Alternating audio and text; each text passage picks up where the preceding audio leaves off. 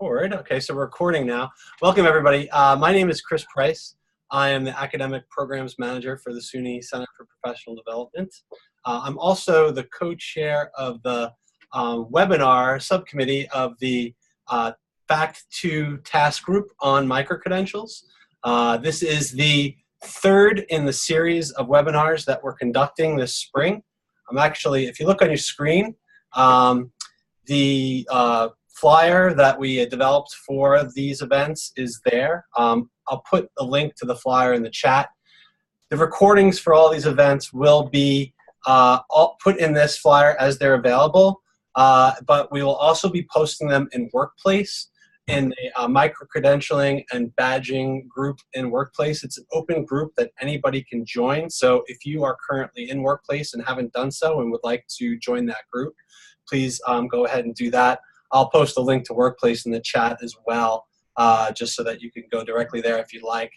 So like I said, this is the third in the series. The middle of the series highlights what campuses are doing in microcredentials, and we'll conclude the series on April 25th with a Getting Started in Microcredentialing webinar that will be an hour. You'll also note on the screen there that the webinar that we had scheduled with Open SUNY on March 13th has been postponed, but we'll make that up most likely in March, and we'll announce when that's made up, probably in Workplace, but also on this document as well.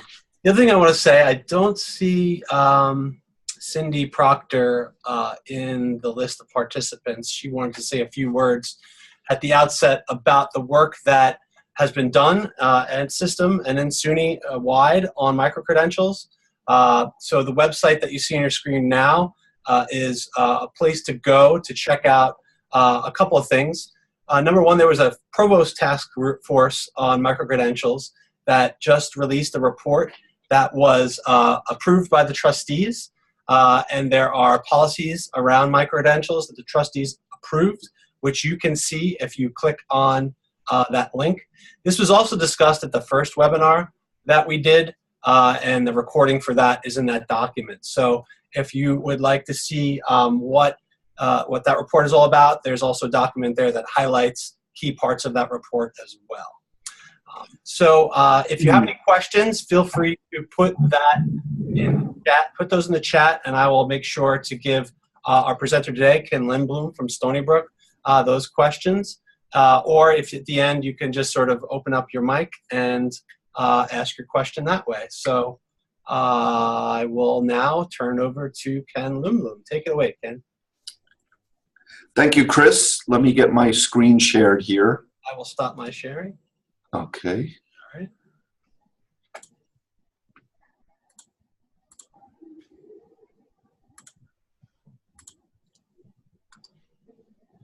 Okay, is that working? Looks good. All right. So, hi everybody, good afternoon. My name is Ken Lindblom. I'm the Dean of the School of Professional Development at Stony Brook University, where we've had a digital badge program in place since the summer of 2015. So we're very early adopters in this space. Chris has asked me to give you a quick tour of what we've done so far, and then to concentrate on how we got started. I have about 15 minutes, so I'm going to be whipping through these slides a bit. There are some links that you should be able to go to. I'll be happy to answer questions at the end. It'll be recorded so you can look at them again. And if you have any questions or comments in the future, feel free to tweet me or to email me, and you have that information right there. So this is a list of most of the badges that we have available at Stony Brook right now in SPD. We've got 28 badges. We have degree programs and non-credit programs in the school for primarily for working professionals. So they're part-time students, they're adult students, and almost all of our graduate programs are at the graduate level or at the non-credit level. So you see we have a bunch of different programs there. Some of the newer ones are in design thinking. We have a new badge that's Foundations of Professionalism, which is the first 4 courses of our Master of Arts in Liberal Studies. We have teacher leader badges, social entrepreneurship, lots of things that link with education, with employer spaces in creative ways. So these are what our digital badges look like. These red badges are our university badges, and they are credit bearing. And in order for a student to earn a credit bearing badge, or in order for a badge to be available, it must require between 2 and 4 3-credit graduate classes. So the badges you see in front of you are a minimum of 6 graduate credits and a maximum of 12 graduate credits. We also have gray badges, which are the career development badges. They are not for credit. Those require between 12 and 15 hours of work in a workshop in order to count. We also have some advanced badge designs available, and you'll see them shortly. So before I get into that, I wanted to show you about how a few of our badges work, and then I'm going to unpack it a little bit and let you get a look at how we got all this going. So it's important that badges be stackable, that they work toward a higher level credential of some sort. So right now we have what I have called on the left side is a cross professional skills badge. That's actually become our Foundations of Professionalism badge. If a student takes that, they can stop there and just have that micro credential. Or they can also take another badge, in this case social entrepreneurship. Then if they just take a natural science 2 electives in the capstone seminar, they'll have the Master of Arts degree. So a student can do any of those pieces and they all work to the degree, or the student can stop out at any point. Here's another stackable possibility. This is 3 badges that a teacher might take. And again, at the end, you take 2 more courses in this case, and you get a Master of Arts in Liberal Studies. And here's one for a human resource management professional. So we have 2 badges in that area, employee relations and organizational development. If they take those and then take 3 additional HRM courses and the seminar, they'll have earned a Master of Arts in Human Resource Management. Again, a student can stop at any point or continue to the larger credential. And these 2 black badges you see are the advanced badges. So these would be postmaster's badges in this case, and we're working on those now. So this would be for somebody who already has a master's in human resource management and is interested in taking postmaster's courses, which would lead to these 2 badges yet to be named. And then they would eventually lead to, we hope, toward, I went too fast. They would lead toward an eventual doctorate that we have planned. So, but in the meantime, these badges alone would be a postmaster's advanced graduate certificate. So you have the MS, then you earn a badge. If you earn a second badge, that is automatically a postmaster's graduate certificate, and all of that can stack toward an eventual doctorate. So that's one of the tricks that you want to make sure not tricks, but that's one of the pathways you want to make sure that you lay out for students, so that every time they earn a micro-credential, it's of value beyond the credential itself. So how did we get started on these? And there you can see the full suite of badges that we had invented by our communication staff, also on the next page. So the only request our communication staff made is that the badge with the rays, the lower right with the different colors of red in it, be saved for the absolute highest level badge, because that's the Stony Brook Rays. They have a lot of importance here. So we have the university badge is red, the career development is gray, the advanced badge is black, and then we have the rays. So this is how we actually got our program up and running. Prior to the summer of 2015, we started to work from courses we already had. We looked at what courses were already on the books, that if we bundled together, they would lead students to develop particular skills or abilities that would be of specific value in the workplace. And we identified about 12 of those, and that's what we launched at first. So one of them was a badge we call Understanding Adolescence. We had 3 courses already on the books. We developed learning objectives and specific outcomes. We created a badge on the Credly platform. These were already graduate courses, so there wasn't any additional, at the time, there wasn't any additional governance required, because this was spring of 2015. Nobody had even thought about micro-credentials really at the higher ed space yet. And so we launched that badge. We did about 12 of them. Honestly, some of them have never been earned, because we just bundled together what we already had on the books, and it may or may not have worked. Some of them have worked, but others haven't. After we did that initial step, we started to get together programs that really did work. So in addition to that development of the initial badges, we had already been developing a forward-thinking curriculum committee within the School of Professional Development. This is a really important secret to our success, is we worked with the faculty to make sure they understood what digital badging was all about, that they understood the concept of micro-credentials, that they're specifically intended to give real value to students in the workplace. And we also wanted to make sure that they understood that it was crucial that our badges have high academic quality, and that as the faculty governance committee, they were responsible for making sure that everything we developed had that Stony Brook and SUNY quality behind it. So that helped us build trust with this committee. They understood and respected our innovative approach, and they were open to what these badges could mean for employers and employees down the line. Next, we developed a process for proposing new badges. Now, I know you can't see this much of, well, actually, you might be able to see the digital badge proposal pretty well. But even if you can't, if you click on this link here, or if you email me and ask me for it, I'll be happy to send you the link for it.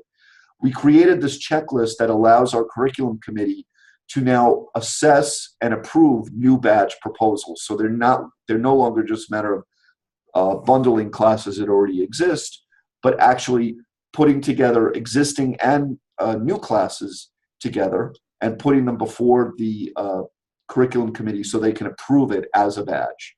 So you'll see that all the steps that are required for the badges include some of the most important things about them. So for example, that they tie to specific workplace skills, that if national standards exist in that area, the badge is aligned with them, that there was appropriate and significant employer input on the development of the badge, and everything else that's required for a good badge that follows along with the SUNY micro-credential guiding principles. Next, we wanted to make sure that the policies in the School of Professional Development actually aligned with our new philosophy of stackable credentials. So it turned out that we had actually had policies that prevented students from using more than either 6 or 12 credits toward a larger credential, which would completely undercut the whole point of micro-credentials and that stackability. So we looked at that policy and we revised it so that if students were earning micro-credentials, they could earn as many of them as they want, and they would eventually apply to a larger degree if they plan to do it. So there are some students who know from the beginning they definitely want to get a particular master's degree, so they may apply for that right away, and they may earn micro-credentials along the way to that degree.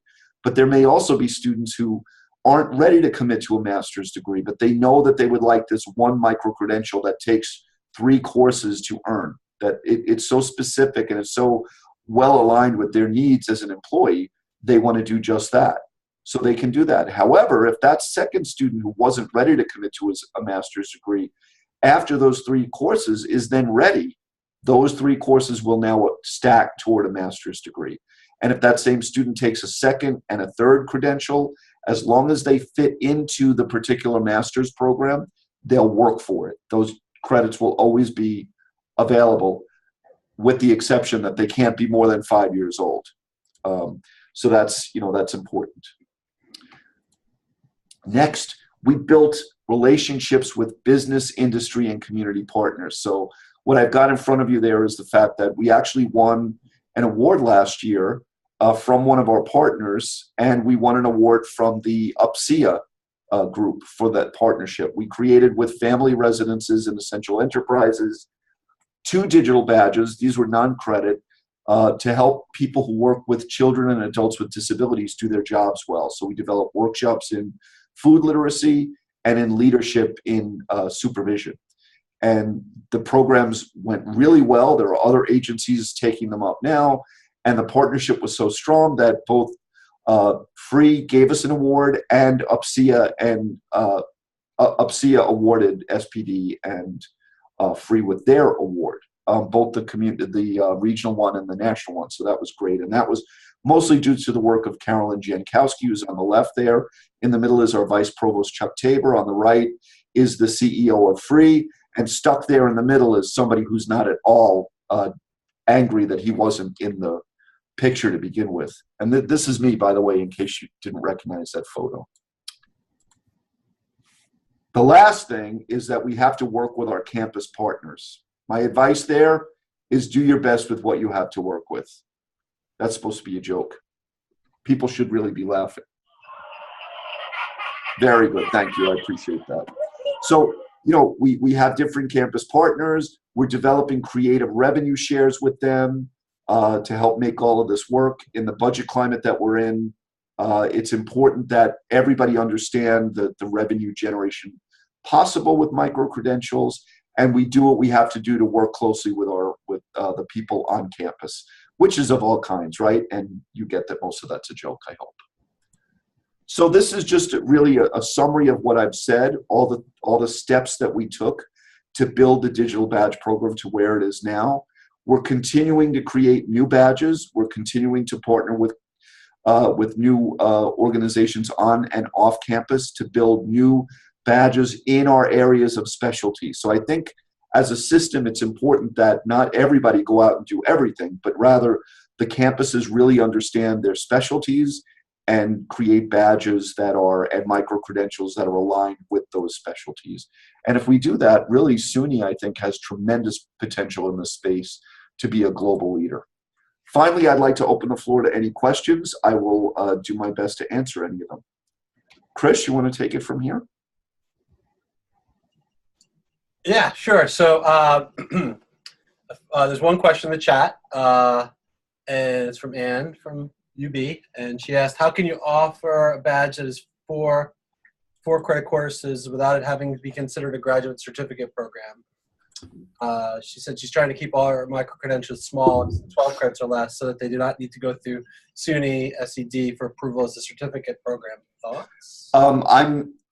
So I misspoke. They're 4 3-credit classes, so our badges are actually 12 credits at the most. Okay, Ken, that was my question. Yeah, because I keep hearing like conflicting things about like how big micro-credentials can be. So is that how high you go with credits, 12 credits and no more than that?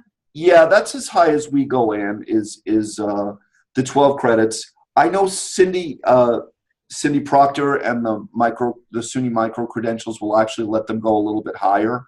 But I don't think that's a good idea because they're really supposed to be micro. Yeah, I agree. Once you get to 15 or more credits, now why not make it an advanced graduate certificate? So, so I would keep them at 12 credits or under. Okay, thanks. Sure.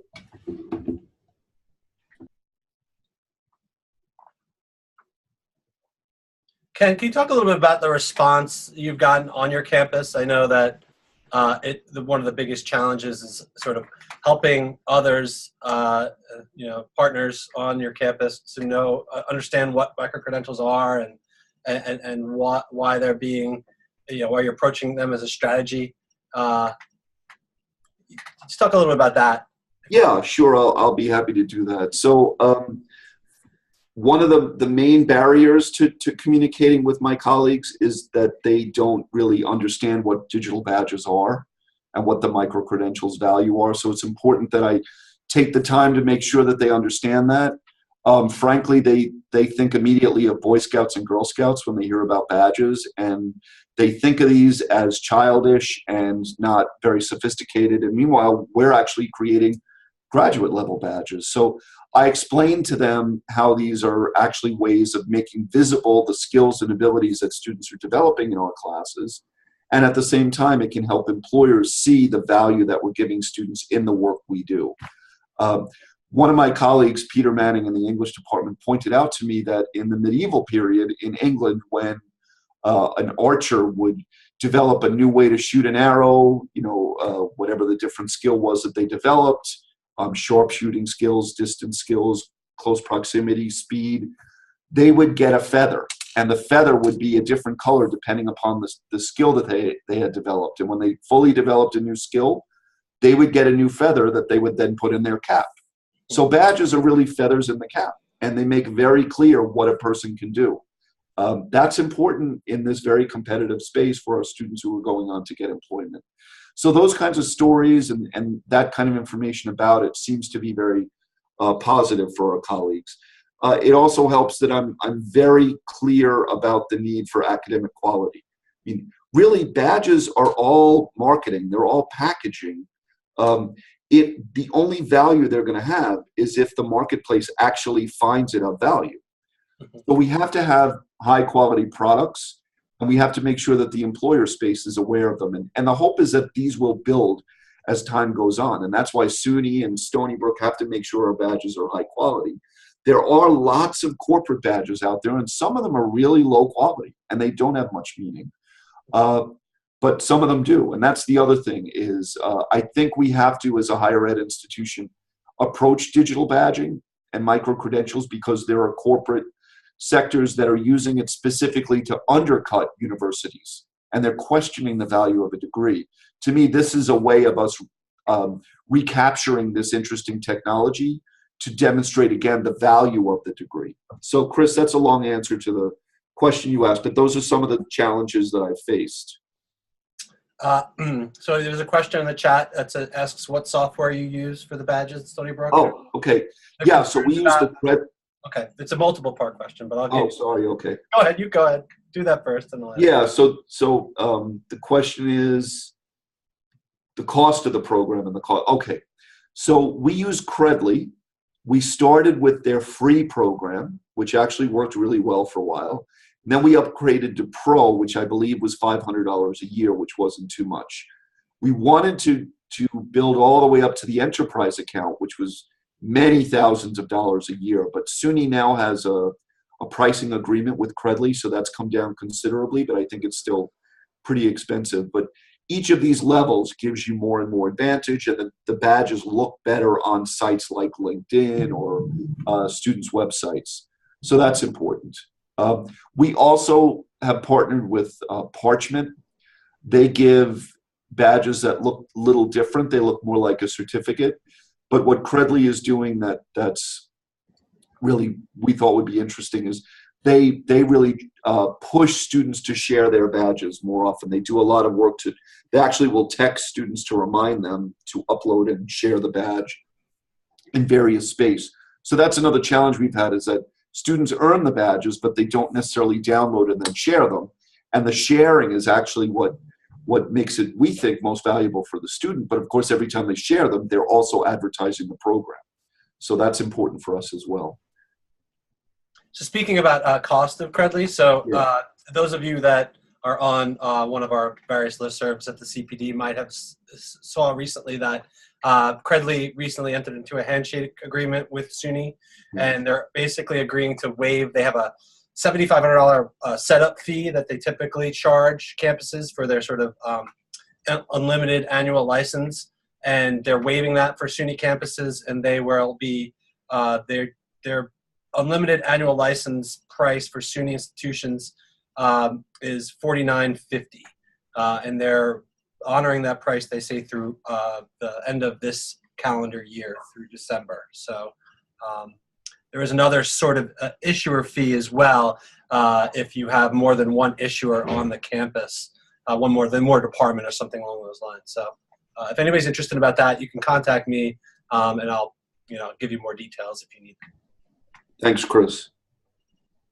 There's another question in the chat. Do you see that there? What kind of analytics can you get from Credly? Can you see where the badges are being viewed? Yeah, so the kind of reports we get include, the list of who's earned the badge, where they've shared them, well, whether or not they've downloaded them, when they last looked at it, how many clicks that badge has gotten, and where they've shared it. So all of that information is useful. We also get an overview of the number of badges that we've issued that have been shared on Twitter, Facebook, or LinkedIn. And the large majority of the badges we issued have been shared on LinkedIn, which we take as a sign that the badges are being taken by the people who know how to use them. Not that it's bad that they're on Twitter or Facebook, but LinkedIn is really where you want these professional, employable badges to be going. That's the report that we get from Credly. It's possible that the higher levels of Credly issue more reports. Chris, do you know, or does anybody else on the webinar know? I don't know, but I don't know that they have much better reporting than that, but someone else may know differently than me. I mean, we've used them. We don't use them. We use them at CBD, but not to the degree that even you're using them, Ken. So Yeah, we need, one of the SUNY one of the new groups, the workforce groups that they're putting together and that Cindy Proctor is working on, is examining reporting and working with registrars and other SUNY partners to figure out how we can track these badges, who's earning them, what value they're having. Are people who take an initial micro-credential then going into degrees? And that's a really challenging set of reporting needs. But once we have that information, it's going to be really helpful. I know this is all new, so you haven't had a lot of students actually earn the badges yet, but have you got any feedback from students, any anecdotal feedback, or that it helped them with, finding a job or well, we've issued about 350 badges, so we really have issued quite a bit. And, when you consider that many of those badges required 3 and 4 courses, that's pretty good. The badges the badges that are the most popular are in the Human Resources Management program and in the Higher Education Administration program, in addition to the ones that we have specifically created with employers. And they're the most popular because the people in those programs are highly motivated professionals. So they want the badge for the most part. They download it and they share it. And they're very proud to get them. We haven't asked for or gotten any real information about whether or not they have in fact helped people get ahead in their careers. But that's something we need to work on, is getting that kind of data. Well, unless anyone has any other questions, I don't see any more in the chat, and we'll just wait another second to see if anybody throws anything in there or speaks up. But if not, you're 2 minutes under, Ken. Oh, great. Thank you. And thank you, everybody. Oh, please. No, stop. Stop. No. I'm happy to do this. All right. Well, thanks everybody for coming. And like I said, if you got in late, I'm going to actually repost all the links I posted earlier in the chat. The links that I'm posting there are, the first one is the system administration website around micro-credentials that has the Provost Task Force report and the trustee approved policies around micro-credentials. The second document has the schedule of the upcoming webinars where the recordings will live. But then the last link is the Facebook workplace Facebook space where you can join the open micro-credentialing group in Workplace if your campus is on board with Workplace now. So that's where the recording will be, or it will be in that Google Doc. And if you have any other questions, you can email me, and hopefully we see you at the next webinar.